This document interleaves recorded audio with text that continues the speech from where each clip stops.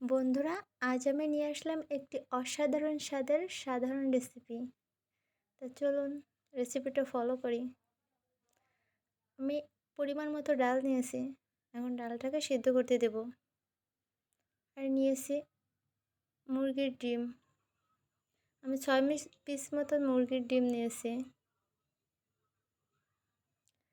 এখন ডিমটাকে ভালো করে লবণ এবং হলুদ মাখিয়ে নিয়েছি। এবার এটাকে আমি ভেজে নেব। তার জন্য কড়াইতে আমি তেল গরম করতে দিয়েছি। এখন আমি ডিমটাকে ভালো করে ভেজে নেব, একটু নাড়াচাড়া করে দেব। ডিমটাকে ভাজতে আমার কিছুটা সময় লাগবে। এভাবে ডিমটাকে ভাজা হয়ে গেলে আমি এটাকে উঠিয়ে নেব।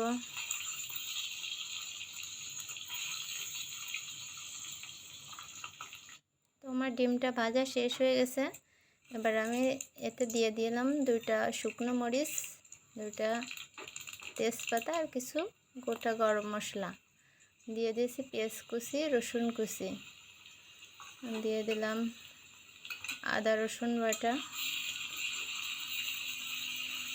এটাকে আমি একটু নাড়িয়ে দেব।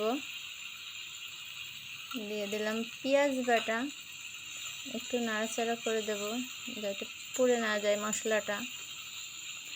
এখন আমি মশলাটাকে ভালো করে কষিয়ে নেব। তারপরে দিয়ে দিলাম হলুদ গুঁড়া,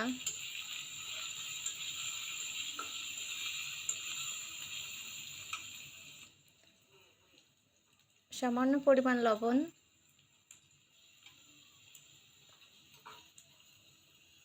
এখন অল্প কিছু জল দিয়ে আমি মশলাটাকে ভালো করে কষে নেব। আমার মশলাটা কষাতে কিছুক্ষণ সময় লাগবে। আমি এভাবে মশলাটাকে কষে নেব।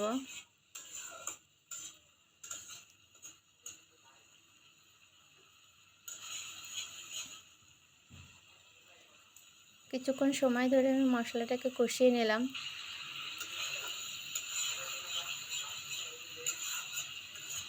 একটু নাড়াচাড়া করে দেব যাতে মশলাটা নিচে লেগে না যায়।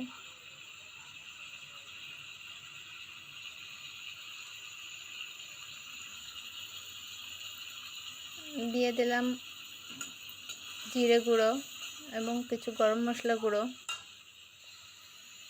এখন আমি আগে থেকে সিদ্ধ করে রাখা ডালটা অ্যাড করে দিলাম।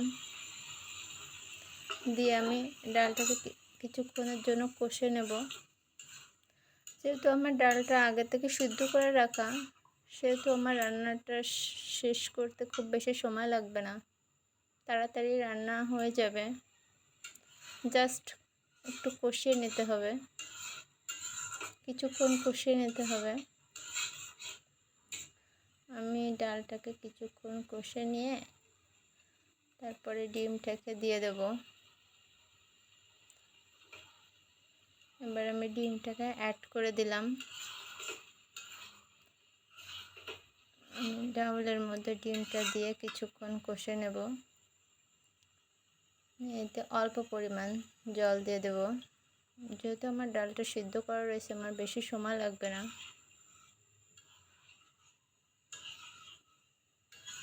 এবার জলটুকু দিয়ে আমি কিছুক্ষণ এটাকে কুক করে নেব।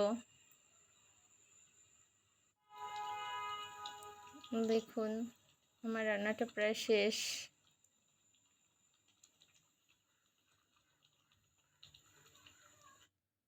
এখন আমি এটাকে একটা পাত্রে নামিয়ে নিলাম।